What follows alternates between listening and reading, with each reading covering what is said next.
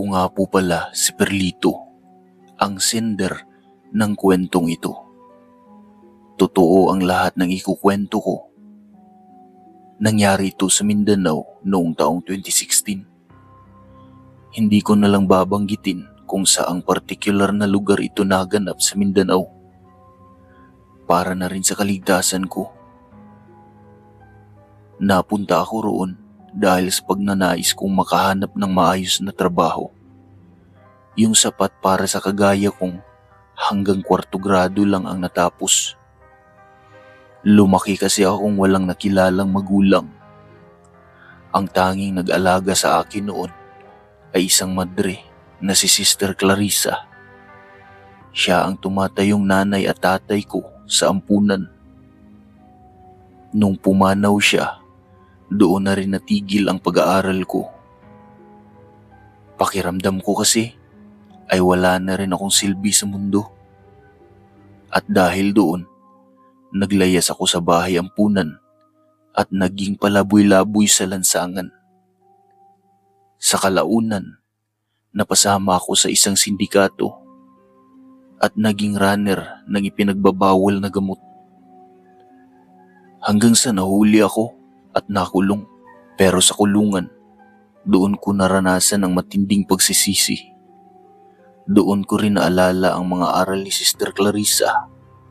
Lalo nang sabihin niya sa akin noon, "Perlito, kahit gaano kadilim ang buhay, may liwanag pa rin basta marunong kang humingi ng tawad." Lumipas ang ilang taon, pagkalaya ko, nagpasya akong magbago. Lumayo ako sa syudad at nagtungo sa Mindanao para magsimulang muli. Nakahanap ako ng trabaho bilang tagabantay sa taniman ng mangga. Malaki ang farm, daan-daan ang puno, at ako lang ang nakatira sa maliit na kubo sa gitna. May kalan, bangko, at lumang radyo na pinapatugtog ko tuwing gabi. Tahimik ang buhay ko roon. Ang trabaho ko lang ay mag-iikot ako sa paligid para magbantay sa mga magnanakaw ng mangga.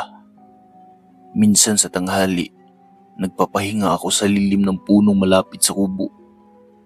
Gabi naman, nagtitimpla ako ng kape habang nakikinig sa FM radio at pinapanood ang buwan. Akala ko magiging payapan ang buhay ko. Pero hindi ko alam, may kakaibang gabi palang darating. Gabing hindi ko malilimutan.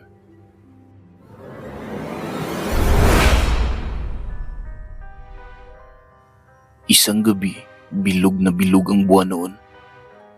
Napakaliwanag ng paligid. Animoy parang araw. Kung titingnan mo sa langit, halos kaya mong sunggitin ang buwan sa sobrang lapit nito. Habang nakikinig ako ng tugtog sa cellphone, bigla akong natigilan. May narinig akong malakas na kaluskos mula sa mga punong mangga. Parang may mabigat na bagay na dumapo sa itaas ng isa sa mga puno. At nang sipatin ko ito sa kanan ko, nakita ko ang napakalaking ibon na dumapo. Narinig ko pa ang paglagitik ng mga sanga na tila mababali. At dahil sa kuryosidad, agad kong pinatay ang cellphone ko, pinatay ang radyo, at dinampot ang flashlight.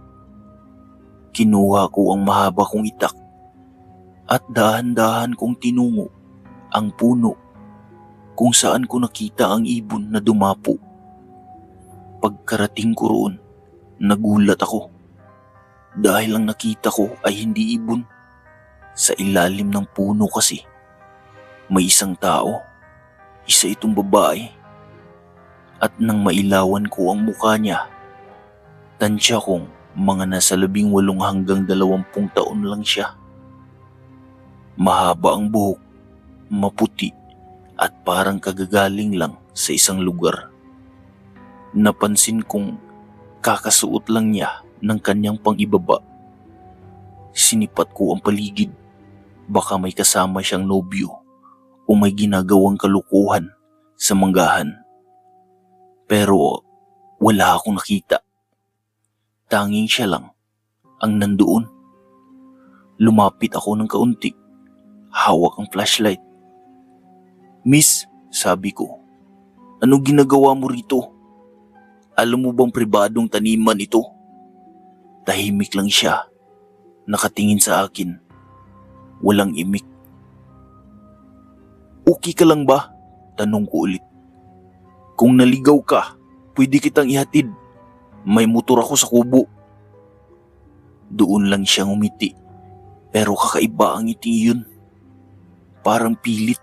Parang walang kaluluwa. "Umihi lang po ako, kuya," sagot niya sa malamlam na tinig. "Sige, alis na po ako. Alam ko naman ang daan pa uwi." Tumalikod siya at naglakad palayo. Ang mga hakbang niya ay walang ingay. Kahit damuhan at maraming tuyong dahon ang nilalakaran niya. Nang tuluyan na siyang mawala sa dilim, bumalik ako sa kubo. Habang nagtitimpla ako ng kape, ay biglang sumagi sa isip ko yung malaking ibon na dumapo sa puno, saka yung babae. May koneksyon kaya sila? Kinabukasan, parang normal lang ang lahat. Pero pagsapit ng gabi, nakaramdam ako ng kakaibang amoy sa paligid. Amoy dugo at bulok na prutas. Habang nagroronda ako, napansin kong may mga bakas ng paa sa ilalim ng puno. Manipis ang talampakan, mahahaba ang daliri, hindi pangkaraniwan. Kinabukasan, nabanggit ko ito sa naging kaibigan ko roon na si Mang Rudy, isang magsasaka. Natawa lang siya. "Baka nakita mo ang manananggal ng sityo pula," sabi niya. "Dalaga yan sa araw, halimaw naman sa gabi." Natawa rin ako. Pero sa loob-loob ko, hindi ako mapakali. Hindi ko makalimutan ang mga mata ng dalagang iyon. Lumipas ang ilang gabi, akala ko tapos na ang kababalaghan. Pero isang gabi, may kumatok sa pinto ng kubo. Pagbukas ko, halos tumigil ang pintig ng puso ko. Siya ulit. "Kuya," mahina niyang sabi, "pwede po bang ako makitulog kahit isang gabi lang? Nag-aaway kasi ang mga magulang ko at yung tatay ko ay nagwawala naman sa bahay. May dalang itak, natatakot po ako." Hindi ko alam kung matatakot ako o maaawa. Pinatuloy ko na lang siya, pinaupo sa bangko at binigyan ng kape. Tahimik lang kami, pero habang tinitingnan ko siya, napansin kong may maliliit na galos sa kanyang mga kamay at sa laylayan ng blouse niya may bahid ng dugo. "Nasugatan ka ba?" tanong ko. Oo kuya, nadulas lang ako," sabi niya sabay ngiti. Pero sa ngiting iyon, nakita kong mahaba ang kanyang ngipin. Kinabahan ako, pero nagkunwari akong kalmado. "Kuya, dito na lang ako sa sahig matutulog ha," sabi ng dalaga. "Sige," sagot ko. "May kumot dyan, gamitin mo na lang." Pagod ako ng gabi iyon, kaya di ko namalayan na nakatulog ako. Mahimbing ang tulog ko hanggang sa maramdaman kong may mabigat na nakadagan sa dibdib ko. Noong una, akala ko bangungot lang. Pero nang dumilat ako, may nakasakay sa akin. Ang babae. Nakapatong siya sa ibabaw ko at nakangiti. Pero ibang ngiti yun. Parang halimaw. "Anong ginagawa mo?" sigaw ko. Pero hindi ako makasigaw ng maayos. May malamig na kamay siyang nakadagan sa liig ko. Sinasakal niya ako. At kasabay noon, naramdaman kong gumagalaw ang mahaba niyang buhok. Parang may sariling buhay. Pumapasok iyon sa bibig ko, sa ilong ko. Pilit na sumusuot sa lalamunan ko. Amoy dugo at bulok na laman. Halos mamatay ako sa takot at pagkahilo. Pilit kong inaabot ang itak sa gilid ng higaan ko. Nang makapako yun, buong lakas kong isinaksak sa tagiliran ng babae. Isang malakas na palahaw ang umaalingaw-ngaw sa buong kubo. Tumilapon siya, bumagsak sa sahig at mabilis na tumakbo palabas habang pumapalahaw sa sakit. Naiwan akong hingal na hingal, nanginginig at halos mawala ng malay. Kinabukasan, dumating si Mang Rudy para maghatid ng pagkain. Parati kasi akong binibigyan ng pagkain ng matandang iyon. Mabait talaga si Mang Rudy, o halos mga taga-probinsya, mga mababait. Iyon na nga po, pagkakita niya sa akin, agad siyang natigilan. "Perlito, ano yung mga sugat mo sa leeg?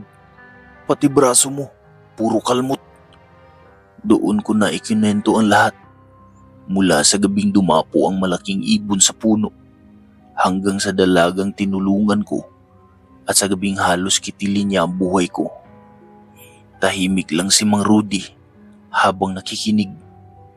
Pagkatapos kong magsalita, sabi lang niya, "Hindi ba't binalaan na kita noon, Perlito?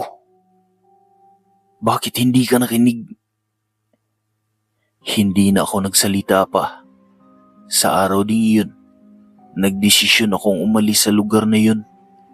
Iniwan ko ang kubo, ang trabaho, at ang manggahan. Bumalik ako sa Maynila, dala ang mga sugat na unti-unti naghilom. Pero ang takot at alaala ng gabi iyon ay hindi na nawala.